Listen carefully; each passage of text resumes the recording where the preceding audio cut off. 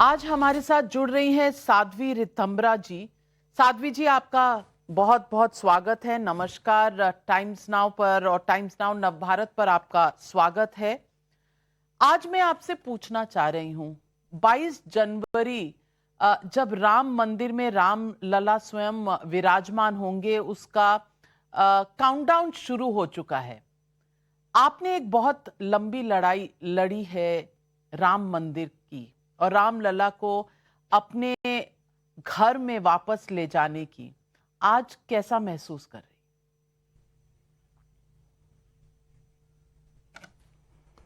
नाविका जी, पूरे विश्व स्तर पर सारा सज्जन शक्तियां बहुत आनंद में हैं, क्योंकि ये संघर्ष 500 साल से लगातार भारतीयों ने लड़ा है, उसको उसके लिए जूझे हैं, जिए हैं और उसी संकल्प के साथ प्राणों का अंत भी किया है।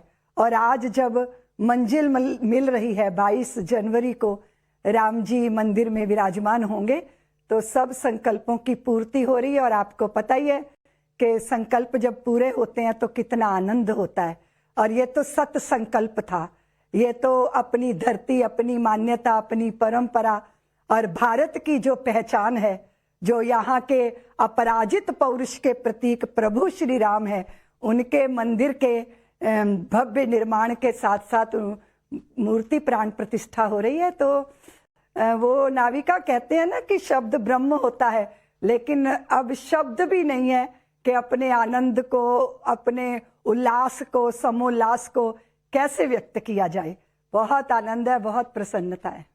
लेकिन एक लंबा दौर रहा, आपने 500 वर्षों की बात की, लंबा दौर रहा संघर्ष का। और ये संघर्ष इस देश के इतिहास में कहीं ना कहीं दर्ज है। ना सिर्फ सदियों से चला आ रहा संघर्ष, लेकिन कुछ संघर्ष जो पिछले 3-4 दशकों में इस देश ने देखा है। आपने कहा है कि जो इस पूरे इस समय काल के लिए क्रेडिट के पात्र हैं, वो सरयू के किनारे रहने वाले लोग हैं। आपने आडवाणी जी का भी नाम लिया और आपने एक बार चर्चा भी की इस बात की कि प्रधानमंत्री मोदी ने भूमि पूजन के समय जो दंडवत प्रणाम किया, वो एक तरह से इस संघर्ष और जो उल्लास है, उन दोनों का प्रतीक है। मैं आपसे पूछना चाहती हूं कि ये पूरा संघर्ष आपके लिए क्या मायने रखता है?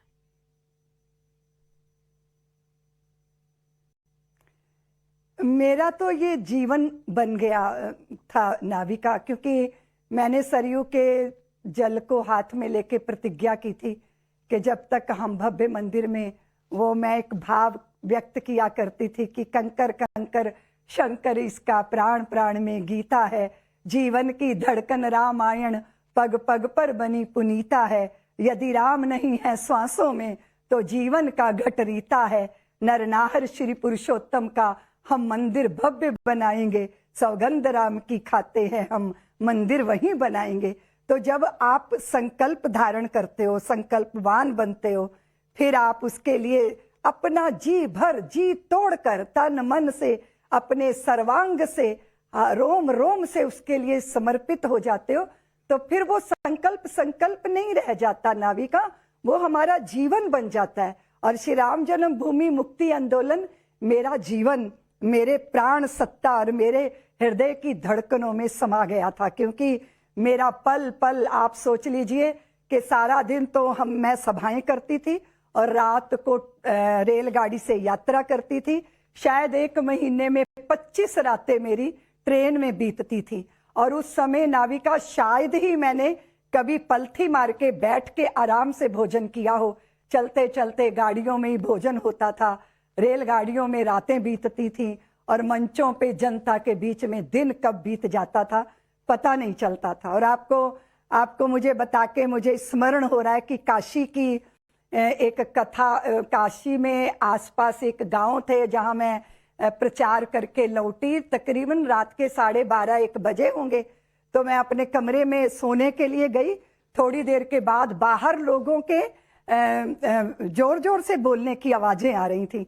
तो फिर मैं बाहर निकली तो पता चला कि एक सभा अभी बाकी है और उसमें तकरीबन 70-75 हजार लोग इंतजार कर रहे हैं। तो मैं रात को 1:30 बजे ही वहां से निकल के 40-50 किलोमीटर दूर वो स्थान था, उस सभा को करके सुबह 4 बजे वापस आई और सुबह 6 बजे फिर प्रवास में निकल गई। तो इतना राम जन्मभूमि के आंदोलन को मेरे रोम रोम ने इतना जिया है कि वो मेरा सर्वस्व बन गया। और आज जब राम जी की प्राण प्रतिष्ठा, राम जी अपने घर लौट रहे हैं, तो मुझे बहुत आह्लाद है, लगता है जीवन सफल सार्थक हो गया। मेरी औकात ही क्या है। साध्वी रीताम्बरा जी, मैं आपकी भावनाओं की बहुत कद्र करती हूं और आप जिस तरह से आग में से निकल कर आई हैं, तप कर आई हैं, आपकी भावनाएं दिख रही हैं, समझ आ रही हैं। लेकिन जैसा आपने कहा कि आज देश भर राममय है, जन नायक है राम, और देश इसी में इस वक्त डूबा हुआ है, झूम रहा है, क्योंकि सबके कण कण में राम है। लेकिन आज की राजनीति भी है राम के ऊपर। लोग कहते हैं बीजेपी के राम अलग, मर्यादा पुरुषोत्तम राम अलग। कोई कहता है कि संविधान के खिलाफ है राम मंदिर का इस तरह से उद्घाटन और प्राण प्रतिष्ठा होना। कुछ कहते हैं राम को अगवा कर लिया गया है। कुछ लोग कहते हैं कि बीजेपी बन गई है राम की एजेंट, और बल्कि राम बन गए हैं बीजेपी के इलेक्शन एजेंट। इन सारे राजनीतिक बाणों को जो इस वक्त चल रहे हैं, इनको आप आज क्या कहेंगे?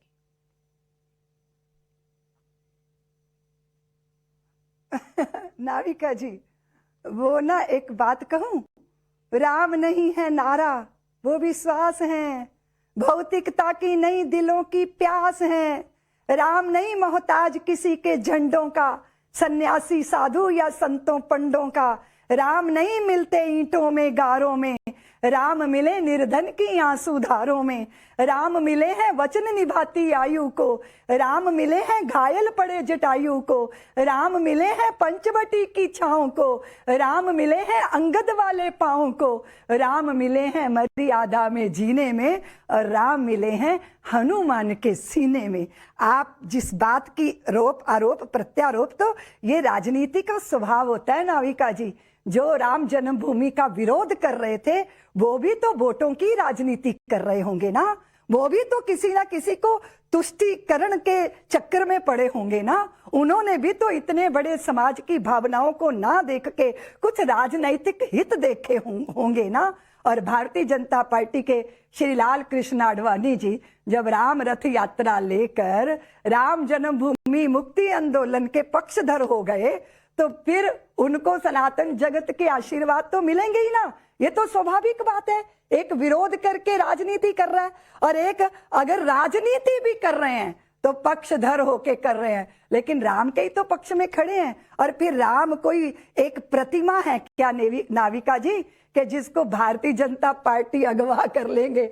वो तो शाश्वत तत्व है, वो तो सबके ही हैं, और जो अपने हृदय की द्वार खोल लेता है उसे प्राप्त हो जाते हैं। और नाविका जी, वो राम जो है ना, धर्म भी देते हैं, अर्थ भी देते हैं, मोक्ष भी देते हैं, काम भी देते हैं। जिसकी जो आकांक्षा वो उनसे प्राप्त कर ले। और फिर आप तो जानती हो कि जाकी रही भावना जैसी, प्रभु मूरत देखी तिन तैसी। इसलिए इस बात को इस तरह कहना शायद उचित नहीं है, लेकिन उचित अनुचित की परिभाषा मैं तो नहीं कर सकती नाविका जी।